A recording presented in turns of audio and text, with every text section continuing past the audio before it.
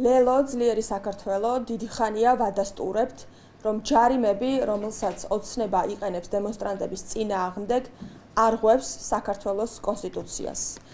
გუშინ შემდეგ ჩვენ უკვე ხელთ გვაქვს საერთაშორისო დასკვნა, ვენეციის კომისიის უახლესი შეფასება, რომელიც ადასტურებს, რომ ეს ჯარიმები არა მხოლოდ საქართველოს კონსტიტუციას არღვევს, არამედ ასევე ეწინააღმდეგება საერთაშორისო სამართალს.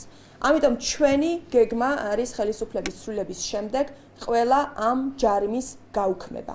უფრო მეტიც, ლელოს და ძლიერი საქართველოს ამოცანა არის ის, რომ მთლიანად გაუქმდეს ის კოდექსი, რომელშიც ცვლილებების შეტანით არის დაკავებული ქართული ოცნება, იმიტომ რომ ეს არის 1984 წელს მიღებული საბჭოთა კოდექსი და მისი ადგილი დემოკრატიულ ევროპულ საქართველოში აღარ იქნება. ჩვენ გავაუქმებთ ამ საბჭოთა კანონს, გავაუქმებთ მის საფუძველზე გამოწერილ ყველა ჯარიმას, ამავე დროს თითოეულ დემონსტრანტს, რომელიც დაჯარიმდა ან ადმინისტრაციულ პატიმრობაში იქნა მიცემული ამ არაკონსტიტუციური და საერთაშორისო სამართლის საწინააღმდეგო კანონის საფუძველზე, მიეცემა კომპენსაცია და რაც ასევე ძალიან მნიშვნელოვანია, თითოეული პირი იქნება ის ეგრეთ წოდებული სამართალდამცავი თუ ეგრეთ წოდებული მოსამართლე, რომელიც ამ უკანონო და საერთაშორისო სამართლის საწინააღმდეგო კანონს აღასრულებს დღეს და მის საფუძველზე სჯის საქართველოს მოქალაქეებს, თითოეულ მათგანს მოუწევს კანონის საფუძველზე პასუხისგება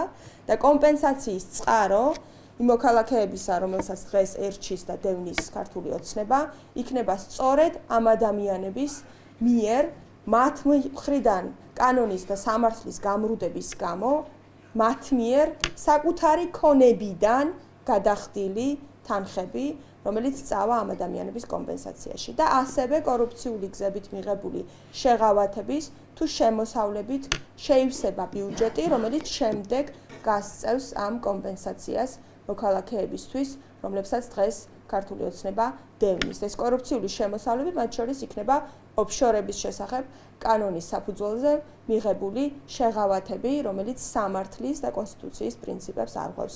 ვინ იღებს ამ შეღავათებს, ეს საზოგადოებისთვის კარგად არის ცნობილი.